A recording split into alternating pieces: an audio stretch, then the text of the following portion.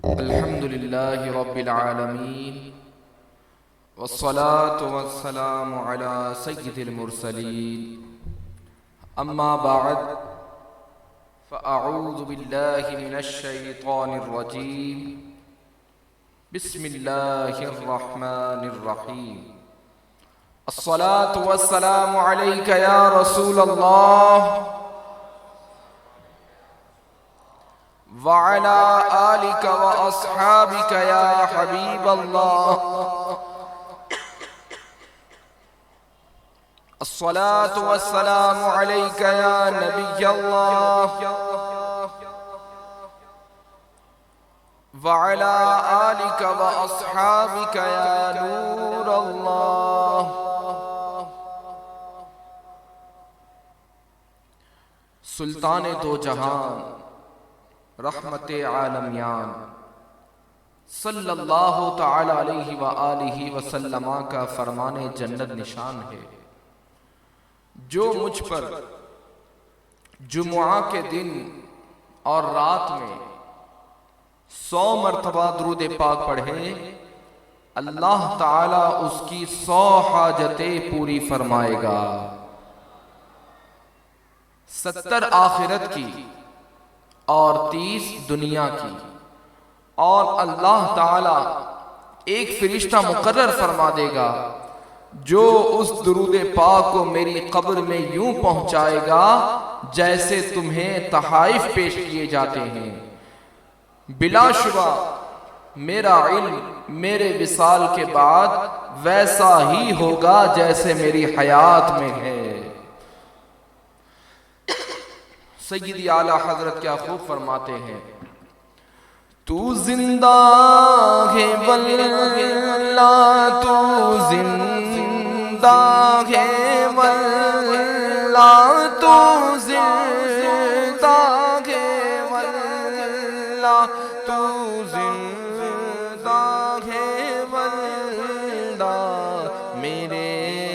چشم عالم سے چھپ جانے والے، میرے چشم عالم سے چھپ جانے والے، چمک تجھ سے پاتے ہیں سب پانے والے،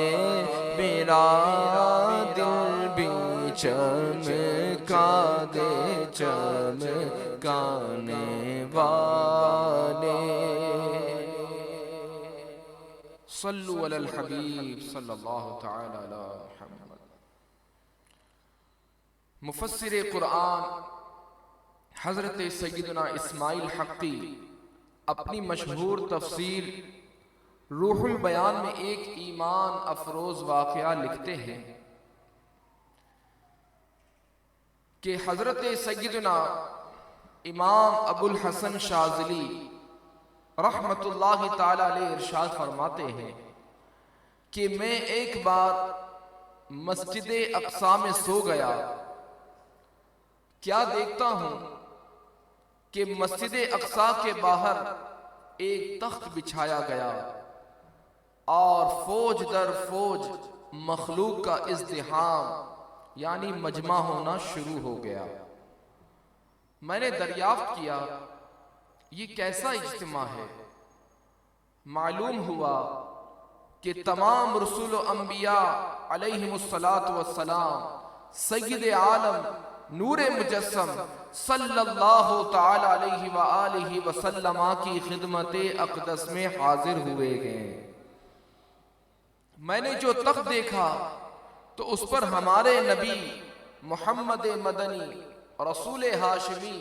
خاتم النبیین صلی اللہ تعالی علیہ وآلہ وسلم تنہا جلوہ افروز ہیں، اور دیگر تمام انبیاء جیسے حضرت ابراہیم، حضرت عیسیٰ، حضرت نوح اور حضرت موسیٰ اور ان کے علاوہ دوسرے انبیاء کرام علیہم السلام سب زمین پر تشریف فرما ہے۔ میں وہاں ٹھہر گیا اور ان مقدس حضرات کی گفتگو سننے لگا۔ حضرت سیدنا موسیٰ کلیم اللہ علی نبینا علیہ الصلوۃ والسلام نے عرض کیا کہ حضور آپ نے فرمایا کہ میری امت کے علماء انبیاء بنی اسرائیل کی مانند ہیں، یعنی دین کی تبلیغ و اشاعت کرنے کے اعتبار سے، لہذا دین کی جتنی خدمت علماء اسلام نے کی اتنی خدمت کسی اور دین کے عالموں نے اپنے دین کی نہ کی، تو آپ ان میں سے کوئی ایک عالم دکھائیں۔ تو حضور اکرم نبی مکرم صلی اللہ تعالی علیہ وآلہ وسلم نے امام محمد بن محمد غزالی کی طرف اشارہ فرمایا۔ حضرت موسیٰ علیہ السلام نے ان سے ایک سوال کیا، امام غزالی علیہ الرحمٰن نے اس کے 10 جواب دیے۔ حضرت موسیٰ علیہ السلام نے فرمایا کہ جواب سوال کے موافق ہونا چاہیے، ایک سوال کا ایک جواب دینا تھا، آپ نے 10 جواب کیوں دیے؟ حضرت سیدنا امام غزالی علیہ الرحمٰن نے عرض کیا، یا نبی اللہ، اللہ تعالیٰ نے آپ سے بھی ایک ہی سوال کیا تھا، جیسا کہ قرآن کریم میں ہے، وَمَا تِلْكَ بِيَمِينِكَ يَا مُوسَىٰ، اور یہ تیرے داہنے ہاتھ میں کیا ہے اے موسیٰ؟ آپ نے اس کے کئی جواب دیے کہ یہ میرا عصا یعنی لاٹھی ہے، میں اس پر ٹیک لگاتا ہوں اور اس سے اپنی بکریوں کے لیے پتے جھاڑتا ہوں، اور اس کے علاوہ میرے اور بھی کام اس سے سر انجام ہوتے ہیں۔ حالانکہ اللہ عز و جل کے اس سوال کا ایک جواب تھا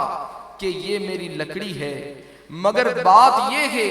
کہ جب آپ کو اللہ تعالیٰ سے ہم کلام ہونے کا شرف حاصل ہوا تو محبت و شوق کے غلبے کی وجہ سے آپ نے اپنے کلام کو طویل کر دیا تاکہ زیادہ سے زیادہ ہم کلامی کا شرف حاصل ہو سکے، اور اس وقت خوش قسمتی سے مجھے آپ سے گفتگو کا شرف حاصل ہوا تو میں نے بھی شوق و محبت ہی کی وجہ سے اپنی گفتگو کو طویل کر دیا۔ حضرت امام ابو الحسن شاذلی رحمت اللہ تعالی علیہ فرماتے ہیں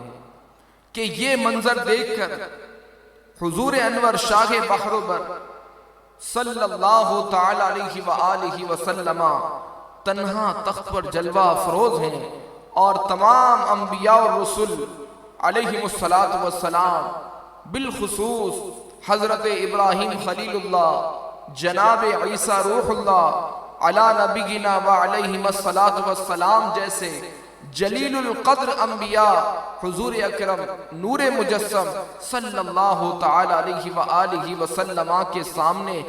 زمین پر جلوہ افروز ہیں۔ کتنی بڑی عظمت اور جلالت محمدی کا مظاہرہ ہے۔ میں اسی سوچ و بچار میں تھا اور اپنے دل میں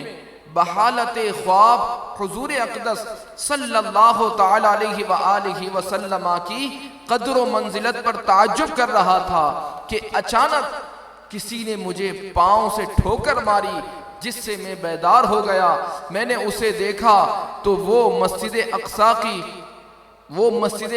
کا منتظم تھا، اور اس وقت مسجد اقصیٰ کی قندیلیں روشن کر رہا تھا۔ اس نے مجھ سے کہا، شہ ہر دو سرا، سرور انبیاء، خاتم النبیین صلی اللہ تعالی علیہ وآلہ وسلم کے مرتبے پر کیا تعجب کرتا ہے؟ یہ سب حضور ہی کے نور سے تو پیدا ہوئے ہیں۔ سیدی اعلیٰ حضرت کیا خوب فرماتے ہیں، خلق سے اولیاء، اولیاء سے رسول، خلق سے اولیاء، اولیاء سے رسول، خلق سے اولیاء، اولیاء سے رسول، اور رسولوں سے اعلیٰ ہمارا نبی، اور رسولوں سے اعلیٰ نبی سب سے اعلیٰ والا ہمارا نبی سب سے بالا والا ہمارا ملک کونین میں انبیاء تاجدار ملک کونین میں انبیاء تاجدار تاجداروں کا آقا ہمارا نبی تاجداروں کا آقا ہمارا نبی سب سے اعلیٰ ہمارا نبی سب سے بالا والا ہمارا نبی صلو علی الحبیب صلی اللہ تعالی علیہ وسلم۔ میرے محترم اور پیارے اسلامی بھائیوں، اس واقعے سے جہاں ہمارے پیارے پیارے آقا مکی مدنی مصطفیٰ صلی اللہ تعالی علیہ وآلہ وسلم کی شان و شوکت کا پتہ چلا، وہیں آپ علیہ السلام کی امت کے اولیاء کرام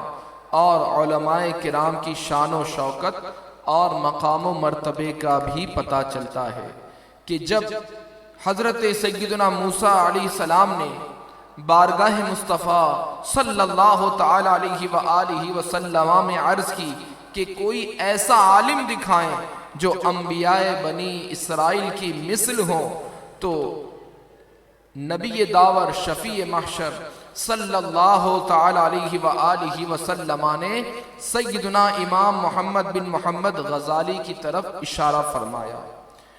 اس سے معاذ اللہ ہرگز کوئی یہ نہ سمجھے کہ کوئی ولی مقام و مرتبے میں کسی نبی سے زیادہ یا اس کے برابر ہو سکتا ہے۔ اعلیٰ حضرت امام احمد رضا خان رحمۃ اللہ تعالی علیہ فرماتے ہیں، کوئی غیر نبی کسی نبی کے برابر نہیں ہو سکتا، اور یہ بھی یاد رکھیے کہ ہر ولی عالم ضرور ہوتا ہے، کیونکہ ولی کے لیے عالم ہونا شرط ہے، جیسا کہ صدر الشریعہ بدر الطریقہ حضرت علامہ مولانا مفتی امجد علی اعظمی رحمۃ اللہ تعالی علیہ بہار شریعت میں فرماتے ہیں، ولایت ایک قرب خاص ہے کہ مولا عز و جل اپنے برگزیدہ بندوں کو محض اپنے فضل و کرم سے عطا فرماتا ہے۔ ولایت بے علم کو نہیں ملتی، صرف عالم ہی کو ملتی ہے، خواہ علم بطور ظاہر حاصل کیا ہو یا اس مرتبے پر پہنچنے سے پہلے ہی اللہ تعالیٰ نے اس پر علوم منکشف یعنی ظاہر کر دیے ہوں۔ امام اہل سنت اعلیٰ حضرت فرماتے ہیں کہ شریعت و طریقت ہرگز الگ الگ راہیں نہیں ہیں، اور نہ ہی کبھی ایسا ہو سکتا ہے کہ کوئی شخص ولی ہو اور عالم نہ ہو۔ میرے محترم اور پیارے اسلامی بھائیوں، اللہ عز و جل نے اپنے اولیاء کرام رحمہم اللہ السلام کو بڑی شانوں سے نوازا ہے، اور اپنے لطف و کرم سے اپنے ان بندوں کو پسند فرما کر خاص بنایا ہے۔ یہی وہ عظیم لوگ ہیں جن سے زمانے کی زیب و زینت قائم ہے، یہی وہ عظیم لوگ ہیں جن کی عبادت نے تمام عالم کو خوشبودار بنا رکھا ہے، یہی وہ عظیم لوگ ہیں جن کے دل ہر وقت اللہ تعالیٰ کی بارگاہ میں جھکے رہتے ہیں۔ آج ہم اولیاء کرام رحمہم اللہ السلام کے مقام و مرتبے، ان کی شان و عظمت اور ان کی کچھ صفات کے بارے میں سنتے ہیں، تاکہ ہمارے دلوں میں اللہ تعالیٰ کے ان دوستوں اور مقرب بندوں کی محبت میں مزید اضافہ ہو اور ہم بھی ان کے نقش قدم پر چلتے ہوئے نیکیاں کرنے اور گناہوں سے بچنے والے بن جائیں۔ چنانچہ قرآن کریم کے پارہ 9 سورہ انفال کی آیت نمبر 34 میں رب تبارک و تعالی نے اپنے ولیوں کے نیک اور پرہیزگار ہونے کو تاکید کے ساتھ بیان کرتے ہوئے ارشاد فرمایا،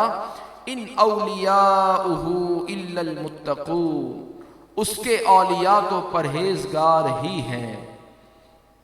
مفسر شہیر حکیم الامت مفتی احمد یار خان نعیمی رحمت اللہ تعالی علیہ اس آیت مبارکہ کے تحت فرماتے ہیں کہ کوئی کافر یا فاسق اللہ کا ولی نہیں ہو سکتا۔ ولایت الہی ایمان اور تقوی سے ملتی ہے۔ اسی طرح پارہ 11 سورہ یونس کی آیت نمبر 62 میں اللہ تعالیٰ نے اپنے ولیوں کی شان کو بیان کرتے ہوئے ارشاد فرمایا، الا ان اولیاء اللہ لا خوف علیہم ولا هم يحزنون الذين آمنوا وكانوا يتقون لهم البشرى في الحياة الدنيا وفي الآخرة لا تبديل لكلمات الله ذلك هو الفوز العظيم۔ ترجمہ کنز الایمان، سن لو بے شک اللہ کے ولیوں پر نہ کچھ خوف ہے نہ کچھ غم، وہ جو ایمان لائے اور پرہیزگاری کرتے ہیں انہیں خوشخبری ہے، دنیا کی زندگی میں اور آخرت میں اللہ کی باتیں بدل نہیں سکتی، یہی بڑی کامیابی ہے۔ حضرت سیدنا ابن عباس رضی اللہ تعالیٰ عنہ نے اس آیت مبارکہ کے تحت فرمایا، اللہ عز و جل کے اولیاء سے مراد وہ نیک لوگ ہیں جنہیں دیکھ کر اللہ کی یاد آئے، جیسا کہ نبی کریم رؤوف الرحیم علیہ افضل الصلاۃ والتسلیم نے ارشاد فرمایا، اولیاء اللہ الذی اذا رؤوا ذکر اللہ، اولیاء اللہ الذین اذا رؤوا ذکر اللہ، یعنی اولیاء اللہ وہ ہیں جنہیں دیکھ کر اللہ کی یاد آئے۔ صدر الافاضل حضرت علامہ مولانا مفتی سید محمد نعیم الدین مراد آبادی رحمت اللہ تعالی علیہ اس آیت مبارکہ کے تحت ولیوں کی صفات بیان کرتے ہوئے ارشاد فرماتے ہیں کہ ولی اللہ وہ ہے جو فرائض کی ادائیگی سے اللہ عز و جل کا قرب حاصل کرے اور اللہ تعالیٰ کی اطاعت میں مشغول رہے اور اس کا دل اللہ تعالیٰ کے نور جلال کی معرفت میں مستغرق یعنی ڈوبا ہوا ہو، جب دیکھے قدرت الہی کے دلائل کو دیکھے اور جب سنے تو اللہ عز و جل کی آیتیں ہی سنے، اور جب بولے تو اپنے رب کی ثنائی کے ساتھ بولے، اور جب حرکت کرے تو اطاعت الہی میں حرکت کرے، اور جب کوشش کرے تو اسی کام میں کوشش کرے جو قرب الہی کا ذریعہ ہو، اللہ کے ذکر سے نہ تھکے اور چشم دل یعنی دل کی آنکھ سے خدا کے سوا غیر کو نہ دیکھے، یہ صفت اولیاء کی ہے۔ بندہ جب اس حال پر پہنچتا ہے تو اللہ عز و جل اس کا ولی و ناصر اور معین و مددگار ہوتا ہے۔ میرے محترم اور پیارے اسلامی بھائیوں، آیات مبارکہ اور تفاسیر کی روشنی میں جہاں ولیوں کی اونچی شان اور ان کی صفات معلوم ہوئی، وہیں ان کی یہ خصوصی صفت بھی پتہ چلی کہ اولیاء اللہ ایمان والے اور تقوی اور پرہیزگار ہوتے ہیں، متقی اور پرہیزگار ہوتے ہیں۔ یہ اللہ والے کبھی بھی شریعت سے نہیں ٹکراتے اور نہ ہی کبھی شریعت کی مخالفت کرتے ہیں۔ یہ نفوس قدسیہ تو ہر وقت اللہ تعالیٰ کی اطاعت و فرما برداری اور عبادت میں مصروف رہتے ہیں۔ اللہ ان سے راضی ہوتا ہے، انہیں اپنی معرفت اور پہچان عطا فرماتا ہے اور انہیں اپنے رازوں سے آشنا فرماتا ہے۔ یہ وہ بابرکت ہستیاں ہیں جنہیں دنیا اولیاء اللہ کے نام سے یاد کرتی ہے، اور جب ان میں سے کسی ولی کا نام زبان پر آتا ہے تو منہ سے بے ساختہ رحمت اللہ تعالی علیہ کے الفاظ میں ان کے لیے دعائے رحمت نکل جاتی ہے۔ اور کیوں نہ ہو کہ حضرت سیدنا ثوبان رضی اللہ تعالی عنہ سے مروی ہے کہ نبی کریم رؤوف الرحیم صلی اللہ تعالی علیہ وآلہ وسلم نے فرمایا کہ بندہ اللہ عز و جل کی رضا تلاش کرتا رہتا ہے، اسی جستجو میں رہتا ہے، حتیٰ کہ اللہ عز و جل حضرت جبریل امین سے فرماتا ہے کہ فلاں میرا بندہ مجھے راضی کرنا چاہتا ہے، مطلع رہو کہ اس پر میری رحمت ہے۔ تب حضرت جبرائیل کہتے ہیں فلاں پر اللہ کی رحمت ہے، یہی بات عرش اٹھانے والے فرشتے کہتے ہیں، یہی ان کے ارد گرد کے فرشتے کہتے ہیں، حتیٰ کہ ساتویں آسمان والے بھی یہ کہتے ہیں، پھر یہ رحمت اس کے لیے زمین پر نازل ہوتی ہے۔ مفسر شہیر حکیم الامت مفتی احمد یار خان نعیمی رحمت اللہ تعالی علیہ حدیث پاک کے اس حصے مطلع رہو کہ اس پر میری رحمت ہے کے تحت فرماتے ہیں، یعنی اس پر میری کامل رحمت ہے، اس طرح کہ میں اس سے راضی ہو گیا۔ خیال رکھے کہ اللہ کی رضا تمام نعمتوں سے اعلیٰ نعمت ہے۔ جب اللہ تعالی بندے سے راضی ہو گیا تو کونین دونوں جہاں بندے کے ہو گئے۔ رب تعالی فرماتا ہے رضی اللہ عنہم ورضوا عنہ، یعنی اللہ ان سے راضی اور وہ اللہ سے راضی۔ پھر بندے پر وہ وقت بھی آتا ہے کہ رب تعالی بندے کو راضی کرتا ہے، جیسا کہ حضرت سیدنا صدیق اکبر رضی اللہ تعالیٰ عنہ کے متعلق فرماتا ہے وَلَسَوْفَ يَرْضَى، اللہ تعالیٰ صدیق کو اتنا دے گا کہ وہ راضی ہو جائیں گے۔ غرض کے آسمانوں میں اس رضائے الہی طلب کرنے والے بندہ مومن کے نام کی دھوم مچ جاتی ہے، شور مچ جاتا ہے کہ رحمت اللہ تعالی علیہ۔ مزید فرماتے ہیں مفتی صاحب کہ یہ دعائیہ کلمہ ہے، یعنی اللہ تعالی اس پر رحمت کرے۔ یہ دعا یا تو فرشتوں کی محبت کی وجہ سے ہوتی ہے یا خود وہ فرشتے اپنا قرب الہی بڑھانے کے لیے یہ دعائیں دیتے ہیں، پھر یہ رحمت اس بندہ مومن کے لیے زمین پر نازل ہوتی ہے۔ اس طرح کہ قدرتی طور پر انسانوں کے منہ سے اس کے لیے رحمت اللہ تعالی علیہ اور رضی اللہ تعالی عنہ جیسے دعائیہ کلمات نکلنے لگتے ہیں اور لوگوں کے دل خود بخود اس کی طرف کھنچنے لگتے ہیں۔ دلوں کی قدرتی کشش بندہ مومن کے محبوب خدا بن جانے کی دلیل ہے۔ یہی وجہ ہے کہ حضور غوث اعظم حضرت داتا علی حجویری، حضرت خواجہ غریب نواز، حضرت عبداللہ شاہ غازی، حضرت لال شہباز قلندر، حضرت بابا فرید مسعود گنج شکر جیسے بہت سے بزرگوں کو ہم لوگوں نے نہیں دیکھا، مگر ہم سب کو ان سے دلی محبت ہے۔ حضرت سیدنا ابو ہریرہ رضی اللہ تعالیٰ عنہ سے روایت ہے، رسول اللہ صلی اللہ تعالیٰ علیہ وآلہ وسلم نے ارشاد فرمایا، اللہ تعالیٰ جب کسی بندے سے محبت کرتا ہے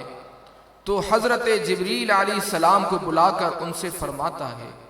میں فلاں سے محبت کرتا ہوں، تم بھی اس سے محبت کرو۔ چنانچہ حضرت جبریل امین اس سے محبت کرتے ہیں، پھر حضرت جبرائیل آسمان میں ندا کرتے ہیں کہ اللہ عز و جل فلاں سے محبت کرتا ہے، تم بھی اس سے محبت کرو، تو آسمان والے بھی اس سے محبت کرتے ہیں، پھر اس کے لیے زمین میں مقبولیت رکھ دی جاتی ہے۔ تمہارا فضل ہے جو میں غلام غوث و خواجہ ہوں، تمہارا فضل ہے جو میں غلام غوث و خواجہ ہوں، ہاں میں غلام غوث و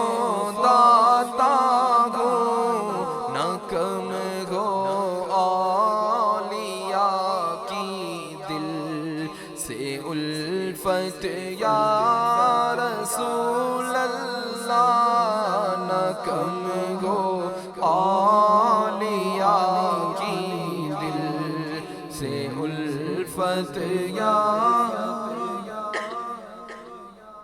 صلو علی الحبیب صلی اللہ علیہ وسلم۔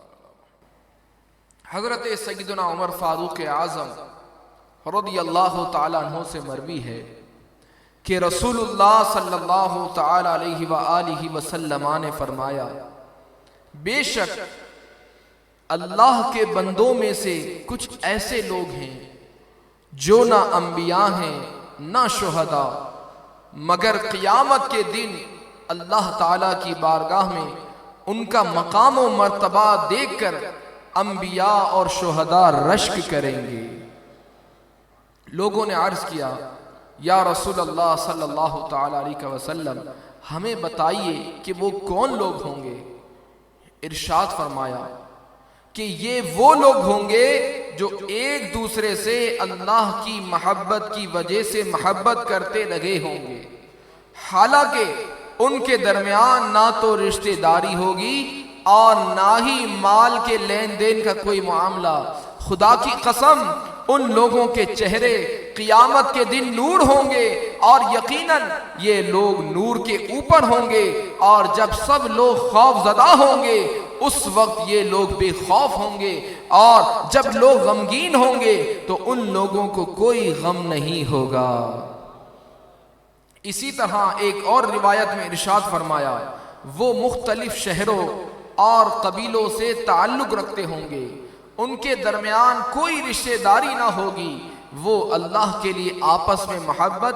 اور دوستی رکھتے ہوں گے۔ اللہ عز و جل قیامت کے دن نور کے منبر بچھا کر انہیں ان پر بٹھائے گا، ان کے چہرے نور بار اور کپڑے نور کے ہوں گے۔ قیامت کے دن لوگ گھبراہٹ میں مبتلا ہوں گے، مگر وہ نہ گھبرائیں گے، وہ اللہ کے اولیاء ہیں جن پر نہ تو کوئی خوف ہوگا اور نہ ہی کچھ غم۔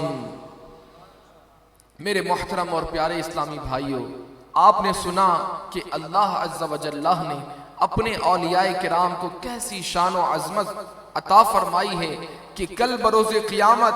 جب نفسا نفسی کا عالم ہوگا لوگ پریشان ہوں گے، لیکن اللہ کے اولیاء کرام کو کوئی غم اور پریشانی نہیں ہوگی، اور ان کا بہت ہی خوبصورت انداز میں استقبال کیا جائے گا۔ اور شان اولیاء تو دیکھیے کہ اللہ عز و جل نور کے منبر بچھا کر اپنے ولیوں کو ان پر بٹھائے گا، اور یہ حقیقت ہے کہ جو بندہ اپنی زندگی کا ایک ایک لمحہ نیک کاموں میں گزارتا ہے، اللہ عز و جل اس کو دنیا میں بھی عزتوں کے تاج پہناتا ہے، اور کل بروز قیامت بھی اس کو عزت و وقار کی مسند پر بٹھائے گا۔ اور یہی وہ لوگ ہوں گے جن کے نیک کاموں کی وجہ سے اللہ عز و جل ان سے محبت فرماتا ہے اور انہیں اپنا قرب خاص عطا فرماتا ہے۔ چنانچہ سید المبلغین رحمت للعالمین صلی اللہ تعالی علیہ وآلہ وسلم کا فرمان عالی شان ہے کہ اللہ تعالی ارشاد فرماتا ہے، میرے کسی بندے نے میرے فرض کردہ احکام کی بجا آوری سے زیادہ محبوب شے سے میرا قرب حاصل نہیں کیا، اور میرا بندہ نوافل کے ذریعے میرا قرب حاصل کرتا رہتا ہے۔ یہاں تک کہ میں اس سے محبت کرنے لگتا ہوں۔ جب میں اس سے محبت کرنے لگتا ہوں تو اس کے کان بن جاتا ہوں جن سے وہ سنتا ہے، اس کی آنکھیں بن جاتا ہوں جن سے وہ دیکھتا ہے، اس کے ہاتھ بن جاتا ہوں جس سے وہ پکڑتا ہے، اور اس کے پاؤں بن جاتا ہوں جن سے وہ چلتا ہے۔ اگر وہ مجھ سے سوال کرے تو میں اسے ضرور عطا فرماتا ہوں، اور اگر کسی چیز سے میری پناہ چاہے تو میں اسے ضرور پناہ عطا فرماتا ہوں۔ مفسر شہیر حکیم الامت مفتی احمد یار خان نعیمی رحمت اللہ تعالی علیہ اس حدیث پاک کے تحت فرماتے ہیں، اس عبارت کا یہ مطلب نہیں کہ خدا تعالی ولی میں حلول کر جاتا ہے، جیسے کوئلے میں آگ یا پھول میں رنگ و بو، کہ خدا تعالی حلول سے پاک ہے اور یہ عقیدہ رکھنا کفر ہے، بلکہ اس حدیث پاک کا مطلب یہ ہے کہ وہ بندہ فنا فی اللہ ہو جاتا ہے، جس سے خدائی طاقتیں اس کے اعضاء میں کام کرتی ہیں، اور وہ ویسے کام کر لیتا ہے جو عقل سے ورا ہیں، جیسا کہ حضرت سیدنا سلیمان علیہ السلام نے 3 میل کے فاصلے سے چیونٹی کی آواز سن لی۔ حضرت آصف بن برخیہ نے پلک جھپکنے سے پہلے یمن سے تخت بلقیس لا کر شام میں حاضر کر دیا، اور حضرت سیدنا عمر نے مدینہ منورہ سے خطبہ پڑھتے ہوئے نہاون تک اپنی آواز پہنچا دی۔ حضور انور صلی اللہ تعالی علیہ وآلہ وسلم نے قیامت تک کے واقعات بچشم ملاحظہ فرما لیے، یہ سب اسی طاقت کے کرشمے ہیں۔ اس حدیث پاک سے وہ لوگ عبرت پکڑیں جو طاقت اولیاء کے منکر ہیں۔ میرے محترم اور پیارے اسلامی بھائیوں، جب بندے کو اللہ عز و جل کا قرب نصیب ہوتا ہے تو اللہ تعالیٰ کی عطا کردہ قوت بصارت یعنی دیکھنے کی طاقت سے وہ میلوں کے فاصلے کو بھی ملاحظہ فرما رہا ہوتا ہے، جیسا کہ حضرت سیدنا غوث اعظم شیخ عبد القادر جیلانی رحمت اللہ تعالی علیہ فرماتے ہیں، نظرت الى بلاد اللہ جمعا کخردلۃ علی حکم اتصالی، یعنی میں اللہ کے تمام شہروں کو اس طرح دیکھتا ہوں جس طرح ہتھیلی پر رائی کا دانہ ہو۔ مزید ارشاد فرماتے ہیں، مجھے اپنے رب عز و جل کی عزت کی قسم کہ تمام سعید و شقی یعنی سعادت مند اور بدبخت مجھ پر پیش کیے جاتے ہیں، میری آنکھ لوح محفوظ پر لگی ہے، یعنی لوح محفوظ میرے پیش نظر ہے۔ حضرت سیدنا شیخ عبدالحق محدث دہلوی رحمت اللہ تعالی علیہ نے اخبار الاخیار میں حضور غوث اعظم رحمت اللہ تعالی علیہ کا یہ ارشاد معظم نقل کیا ہے، اگر شریعت نے میرے منہ میں لگام نہ ڈالی ہوتی تو میں تمہیں بتا دیتا کہ تم نے گھر میں کیا کھایا گے اور کیا رکھا گے، میں تمہارے ظاہر و باطن کو جانتا ہوں، کیونکہ تم میری نظر میں آر پار نظر آنے والے شیشے کی طرح ہو۔ نیز حضرت مولانا رومی رحمت اللہ تعالی علیہ مثنوی شریف میں فرماتے ہیں، لوح محفوظ است پیش اولیاء، از جے محفوظ است محفوظ از خطا، یعنی لوح محفوظ اولیاء اللہ کے پیش نظر ہوتا ہے جو کہ ہر خطا سے محفوظ ہوتا ہے۔ اسی طرح حیرت انگیز اور خداداد قوت بصارت یعنی دیکھنے کی طاقت سے متعلق امیر المومنین خلیفہ دوم حضرت سیدنا عمر فاروق اعظم رضی اللہ تعالیٰ عنہ کا بھی نہایت ایمان افروز واقعہ مشہور ہے کہ ایک مرتبہ سیدنا فاروق اعظم رضی اللہ تعالیٰ عنہ نے حضرت ساریہ کو سپہ سالار بنا کر ملک نہاون کی سرزمین میں روانہ فرمایا۔ حضرت ساریہ معرکے میں مصروف تھے کہ ایک دن حضرت عمر رضی اللہ تعالیٰ عنہ نے مسجد نبوی کے منبر پر خطبہ پڑھتے ہوئے اچانک بلند آواز سے ارشاد فرمایا، یا ساریۃ الجبل،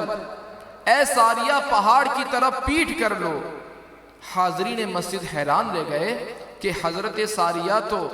سرزمین نہاون میں مارکے میں مصروف ہیں اور وہ مدینہ منورہ سے بھی سینکڑوں میل کی دوری پر ہیں، آج امیر المومنین نے انہیں کیسے پکارا؟ لیکن نہاون سے جب حضرت ساریہ کا قاصد آیا تو اس نے خبر دی کہ جب کفار سے مقابلہ ہوا تو ہمیں شکست ہونے لگی۔ اتنے میں اچانک ایک چیخنے والے کی آواز آئی جو چلا چلا کر یہ کہہ رہا تھا کہ اے ساریہ تم پہاڑ کی طرف پیٹ کر لو۔ حضرت ساریہ نے فرمایا یہ تو امیر المومنین حضرت سیدنا فاروق اعظم کی آواز ہے، یہ کہا اور فوراً ہی انہوں نے اپنے سپاہیوں کو پہاڑ کی پشت کی طرف صف بندی کرنے کا حکم دیا۔ اس کے بعد کفار سے مقابلہ ہوا تو کفار شکست کھا کر بھاگ کھڑے ہوئے اور مسلمانوں نے فتح مبین کا پرچم لہرا دیا۔ اللہ یا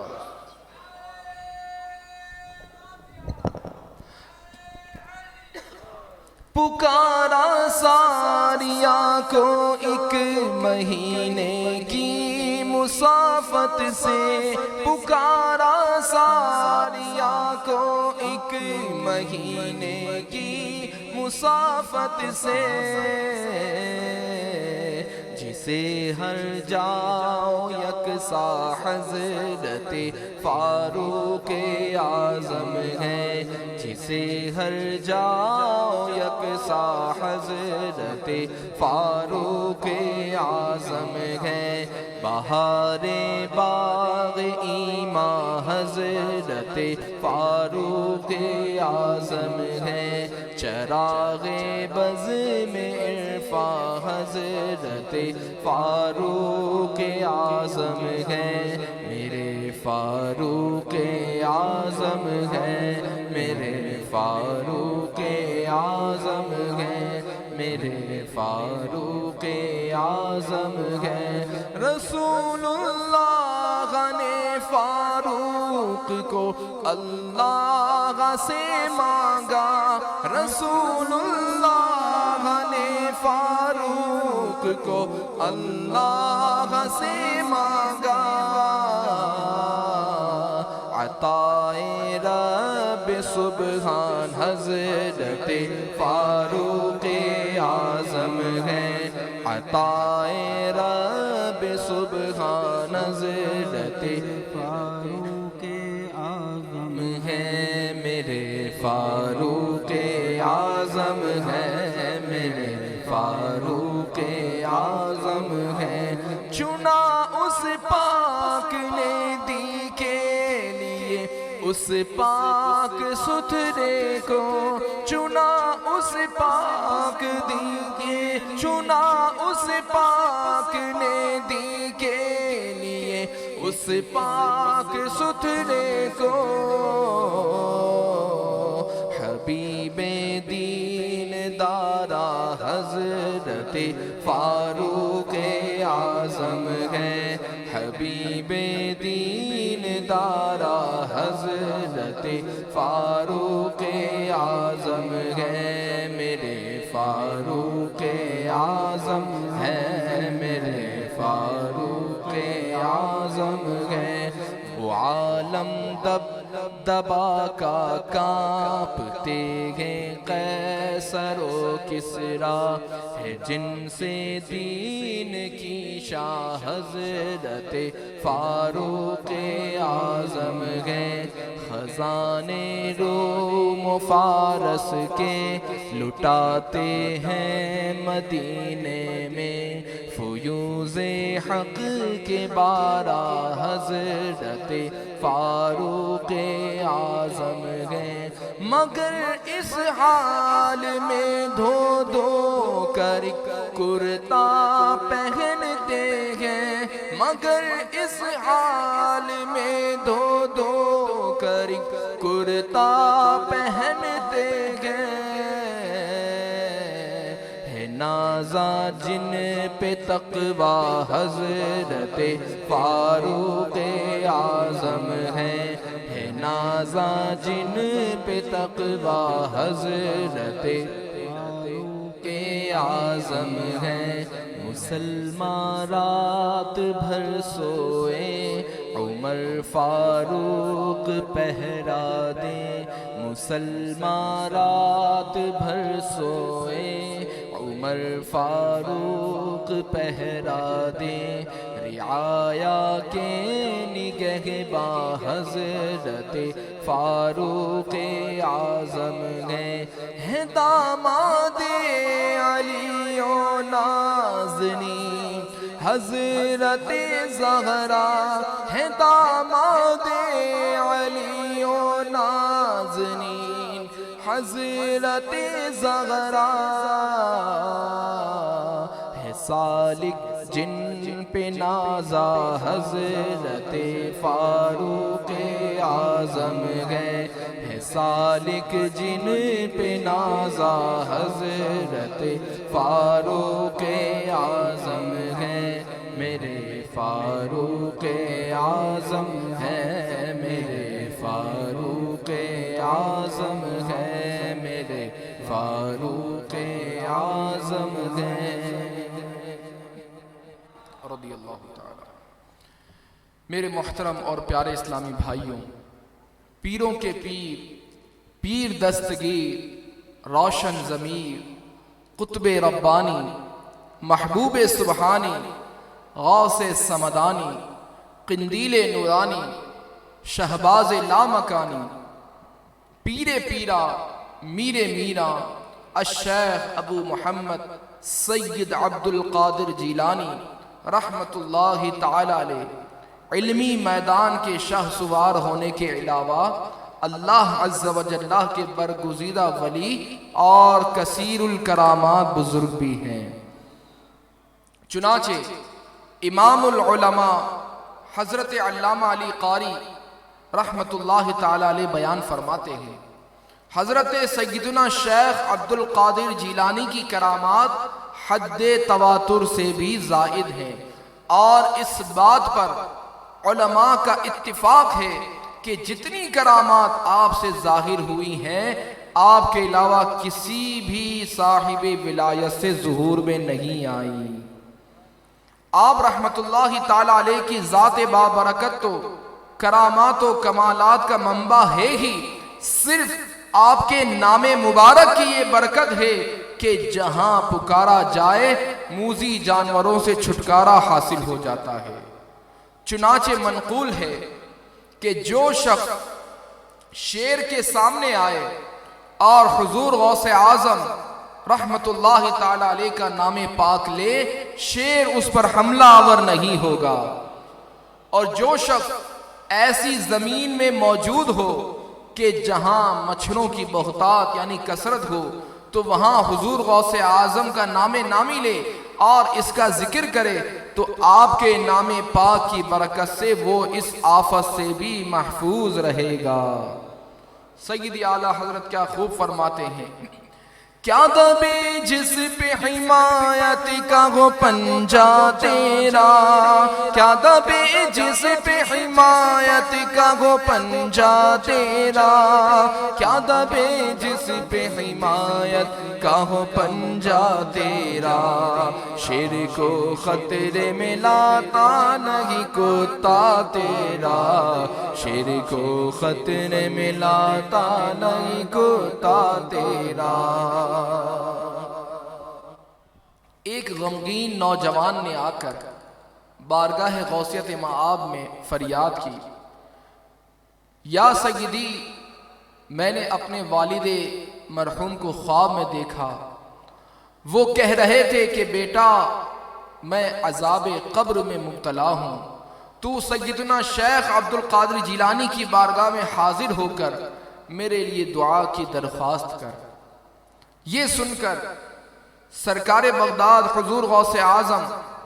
رحمت اللہ تعالی علیہ نے استفسار فرمایا، کیا تمہارے ابا جان میرے مدرسے سے کبھی گزرے ہیں؟ اس نے عرض کی جی ہاں، بس آپ خاموش ہو گئے اور وہ نوجوان بھی چلا گیا۔ دوسرے روز خوش خوش حاضر خدمت ہوا اور کہنے لگا یا مرشد، آج رات والد مرحوم سبز لباس زیب تن کیے خواب میں تشریف لائے اور بے حد خوش تھے، کہہ رہے تھے بیٹا سیدنا شیخ عبد القادر جیلانی کی برکت سے مجھ سے عذاب دور کر دیا گیا ہے اور یہ سبز لباس بھی ملا ہے۔ میرے پیارے بیٹے تو ان کی خدمت میں رہا کر۔ یہ سن کر آپ رحمت اللہ تعالی علیہ نے فرمایا میرے رب عز و جل نے مجھ سے وعدہ فرمایا کہ جو مسلمان تیرے مدرسے سے گزرے گا اس کے عذاب میں تخفیف کر دی جائے گی۔ میرے محترم اور پیارے اسلامی بھائیوں، اس حکایت سے جہاں اللہ عز و جل کی بارگاہ میں حضور غوث اعظم کا مقام و مرتبہ معلوم ہوا، وہیں یہ بھی پتا چلا کہ جس شخص کو اللہ والوں سے ادنا سی نسبت بھی حاصل ہو جائے اس کے تو وارے ہی نیارے ہو جاتے ہیں۔ جیسا کہ خود سرکار بغداد حضور غوث اعظم نے فرمایا کہ میرے رب عز و جل نے مجھ سے وعدہ فرمایا ہے کہ تیرے مدرسے سے گزرنے والے مسلمان کے عذاب میں کمی کر دوں گا۔ سبحان اللہ، ذرا سوچئے کہ مدرسے کے قریب سے گزرنے والے شخص کو حضور غوث اعظم سے کتنی معمولی سی نسبت حاصل ہے،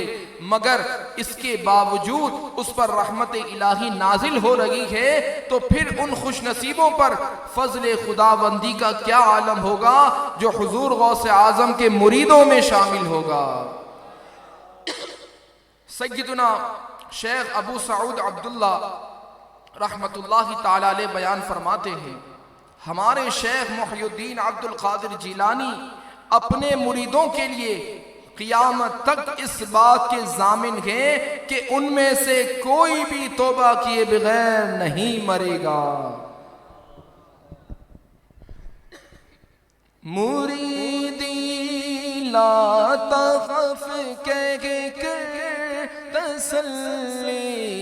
دی غلاموں کو، لا تخف کہہ کر تسلی دی غلاموں کو، قیامت تک رہے بے خوف بندہ غوث اعظم کا، قیامت تک رہے بے خوف بندہ کا، خدا کے فضل سے ہم پر ہے سایہ غوث اعظم کا، ہمیں دونوں جہاں میں گئے سہارا غوث اعظم کا، ہماری لاج کس کے ہاتھ ہے بغداد والے کے، ہماری لاج کس کے ہاتھ ہے بغداد والے کے، مصیبت ٹال دینا کام کس کا غوث اعظم کا، مصیبت ٹال دینا کام کس کا غوث اعظم کا، فرشتے مدرسے تک ساتھ پہنچانے کو جاتے تھے، یہ دربار الہی میں ہے رتبہ غوث اعظم کا،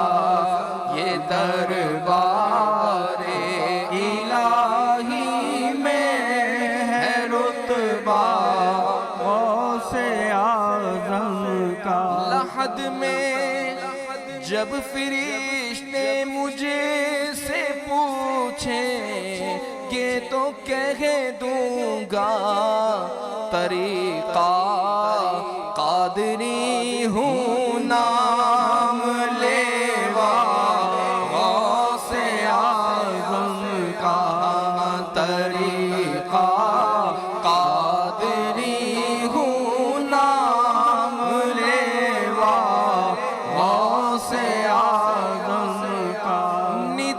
دے گا منادی حشر میں یوں قادریوں کو ندا دے گا منادی حشر میں یوں قادریوں کو کدھر ہے قادری کر لے نظارہ غوث اعظم کا کدھر ہے قادری کر لے نظارہ غوث اعظم کا فرشتوں روکتے کیوں ہو مجھے جنت میں جانے سے فرشتوں روکتے کیوں ہو مجھے جنت میں جانے سے یہ دیکھو ہاتھ میں دامن ہے کس کا غوث اعظم کا یہ دیکھو ہاتھ میں دامن ہے کس کا غوث اعظم کا صلو علی الحبیب صلی اللہ علیہ وسلم پیروں کے پیر پیر دستگیر روشن ضمیر قطب ربانی محبوب سبحانی پیر لاسانی پیر پیرا میر میرا الشیخ ابو محمد سید عبد القادر جیلانی رحمت اللہ تعالی علیہ تحدیث نعمت اور اہل محبت کی نصیحت کے لیے فرماتے ہیں میں جن دنوں شب و روز جنگل میں رہا کرتا تھا شیاطین خوفناک شکلوں میں طرح طرح کے ہتھیار سے لیس ہو کر فوج در فوج مجھ پر حملہ آور ہوتے مجھ پر آگ برساتے میں اللہ کی مدد سے ان کے پیچھے دوڑتا تو وہ منتشر ہو کر بھاگ جاتے کبھی شیطان اکیلا آ کر مجھے طرح طرح سے ڈراتا دھمکیاں دیتا اور کہتا یہاں سے چلے جاؤ میں اس کو زوردار تماچا مار دیتا تو وہ بھاگنے لگتا پھر لا حول ولا قوت الا باللہ العلی العظیم پڑھتا تو وہ جل جاتا معلوم ہوا کہ لا حول ولا قوت الا باللہ العلی العظیم پڑھنا شیطان کو بھگانے کا بہترین نسخہ ہے اس لیے جب شیطانی وساوس بندے کو گھیر لیں تو اسے چاہیے کہ فوراً لا حول ولا قوت الا باللہ العلی العظیم پڑھے انشاءاللہ شیطان فوراً بھاگ جائے گا مفسر شہیر حکیم الامت مفتی احمد یار خان نعیمی علیہ رحمہ لکھتے ہیں صوفیاء کرام فرماتے ہیں کہ جو کوئی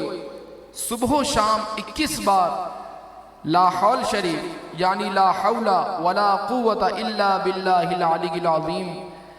پڑھ کر پانی پر دم کر کر پی لیا کرے تو انشاءاللہ العزیز وسوسہ شیطانی سے محفوظ رہے گا صلو علی الحبیب صلی اللہ علیہ وسلم میرے محترم اور پیارے اسلامی بھائیوں الحمدللہ ہم مسلمان ہیں اور مسلمان کا ہر کام اللہ عز و جل اور اس کے پیارے حبیب صلی اللہ تعالی علیہ وآلہ وسلم کی خوشنودی کے لیے ہونا چاہیے مگر بدقسمتی سے ہماری اکثریت نیکی کے راستے سے دور ہوتی جا رہی ہے شاید اسی وجہ سے ہمیں طرح طرح کی پریشانیوں کا سامنا ہے کوئی بیمار ہے تو کوئی قرض دار کوئی گھریلو ناچاکیوں کا شکار ہے تو کوئی تنگ دست و بے روزگار کوئی اولاد کا طلبگار ہے تو کوئی نافرمان اولاد کی وجہ سے بیزار الغرض ہر ایک کسی نہ کسی مصیبت میں گرفتار ہے یقیناً دنیا و آخرت کی ہر پریشانی کا واحد حل اللہ عز و جل اور اس کے پیارے حبیب صلی اللہ تعالی علیہ وآلہ وسلم کے بتائے ہوئے کاموں میں لگ جانا ہے۔ مسلمانوں کے لیے سب سے پہلا فرض نماز ہے۔ سب سے پہلا فرض کیا ہے؟ مگر افسوس کہ ہماری مسجدیں ویران ہیں۔ یقیناً نماز دین کا ستون ہے، نماز اللہ عز و جل کی خوشنودی کا سبب ہے، نماز سے رحمت نازل ہوتی ہے، نماز سے گناہ معاف ہوتے ہیں، نماز بیماریوں سے بچاتی ہے، نماز دعاؤں کی قبولیت کا سبب ہے، نماز سے روزی میں بھی برکت ہوتی ہے، نماز اندھیری قبر کا چراغ ہے، نماز جنت کی کنجی ہے، نماز مومن کا نور ہے، اور نماز میٹھے میٹھے آقا صلی اللہ تعالی علیہ وآلہ وسلم کی آنکھوں کی ٹھنڈک بھی ہے۔ نماز پل صراط کے لیے آسانی ہے، نمازی کو پیارے آقا صلی اللہ تعالی علیہ وآلہ وسلم کی شفاعت نصیب ہوگی، اور بے نمازی سے اللہ تعالی ناراض ہوتا ہے۔ جو جان بوجھ کر ایک نماز بھی چھوڑ دیتا ہے اس کا نام جہنم کے دروازے پر لکھ دیا جاتا ہے۔ یقیناً زندگی بے حد مختصر ہے، سمجھدار وہی ہے جو جتنا دنیا میں رہنا ہے اتنا دنیا کے لیے، اور جتنا عرصہ قبر و آخرت کا ہے اتنی قبر و آخرت کی تیاری میں مشغول رہے۔ کئی ہنستے بولتے انسان اچانک موت کا شکار ہو کر دیکھتے ہی دیکھتے اندھیری قبر میں جا پہنچتے ہیں۔ اسی طرح ہمیں بھی مرنا پڑے گا، اندھیری قبر میں اترنا پڑے گا، اپنی کرنی کا پھل بھگتنا پڑے گا۔ حدیث پاک میں ہے، قبر روزانہ پکار کر کہتی ہے، اے آدمی کیا تو مجھے بھول گیا؟ یاد رکھ میں تنہائی کا گھر ہوں، میں اجنبیت کا گھر ہوں، میں گھبراہٹ کا گھر ہوں، میں کیڑے مکوڑوں کا گھر ہوں، میں تنگی و وحشت کا گھر ہوں، مگر جس کے لیے اللہ تعالیٰ مجھے وسیع کر دے۔ پھر آپ علیہ الصلوۃ والسلام نے مزید ارشاد فرمایا، قبر جنت کے باغوں میں سے ایک باغ ہے یا دوزخ کے گھڑوں میں سے ایک گھڑا۔ واقعی عقل مند وہی ہے جو موت سے قبل موت کی تیاری کرتے ہوئے نیکیوں کا ذخیرہ اکٹھا کر لے اور سنتوں کا چراغ قبر میں ساتھ لیتا جائے اور یوں قبر کی روشنی کا انتظام کر لے، ورنہ قبر ہرگز یہ لحاظ نہ کرے گی کہ میرے اندر کون آیا، امیر ہو یا فقیر، وزیر ہو یا اس کا مشیر، حاکم ہو یا محکوم، افسر ہو یا چپراسی، سیٹھ ہو یا ملازم، ڈاکٹر ہو یا مریض، ٹھیکیدار ہو یا مزدور، اگر کسی کے ساتھ بھی توشہ آخرت میں کمی رہی، نماز قصدن قضا کی، رمضان المبارک کے روزے بلا عذر شرعی نہ رکھے، فرض ہوتے ہوئے بھی زکوٰۃ نہ دی، حج فرض تھا مگر ادا نہ کیا، خواتین نے باوجود قدرت شرعی پردہ نافذ نہ کیا، ماں باپ کی نافرمانی کی، جھوٹ غیبت چغلی کی عادت رہی، فلمیں ڈرامے دیکھتے لگے، گانے باجے سنتے لگے، داڑھی منڈواتے یا ایک مٹھی سے گھٹاتے لگے، الغرض خوب گناہوں کا بازار گرم رکھا تو اللہ عز و جل اور اس کے رسول صلی اللہ تعالی علیہ وآلہ وسلم کی ناراضی کی صورت میں سوائے حسرت و ندامت کے کچھ ہاتھ نہ آئے گا۔ ہاں، جس نے فرائض کے ساتھ ساتھ نوافل کی بھی پابندی کی، رمضان المبارک کے علاوہ بھی نفلی روزے رکھے، مسلمانوں کو گلی گلی کوچا کوچا نیکی کی دعوتیں دیں، قرآن کریم کی تعلیم نہ صرف خود حاصل کی بلکہ دوسروں کو بھی دی۔ اللہ تعالی اور اس کے پیارے حبیب صلی اللہ تعالی علیہ وآلہ وسلم کے فضل و کرم سے ایمان سلامت لے کر دنیا سے رخصت ہوا تو انشاءاللہ العزیز اس کی قبر میں حشر تک رحمتوں کا دریا موجے مارتا رہے گا اور نور مصطفیٰ کے چشمے لہراتے رہیں گے۔ تو آج اس اجتماع پاک میں یہ عہد کر لیجئے کہ آج کے بعد میری کوئی نماز قضا نہیں ہوگی۔ جتنی نمازیں قضا کی ہیں انہیں ہم جلد سے جلد ادا کریں گے۔ ماہ رمضان کا کوئی روزہ قضا نہیں کریں گے، جھوٹ نہیں بولیں گے، گالی نہیں نکالیں گے، داڑھی نہیں منڈوائیں گے، ایک مٹھی سے نہیں گھٹائیں گے۔ انشاءاللہ اللہ تعالیٰ سے دعا ہے کہ جو ہم نے یہاں نیتیں کی ہیں اس پر استقامت کے ساتھ عمل کرنے کی توفیق عطا فرمائے۔ آمین بجاہ النبی الامین صلی اللہ تعالیٰ علیہ وسلم۔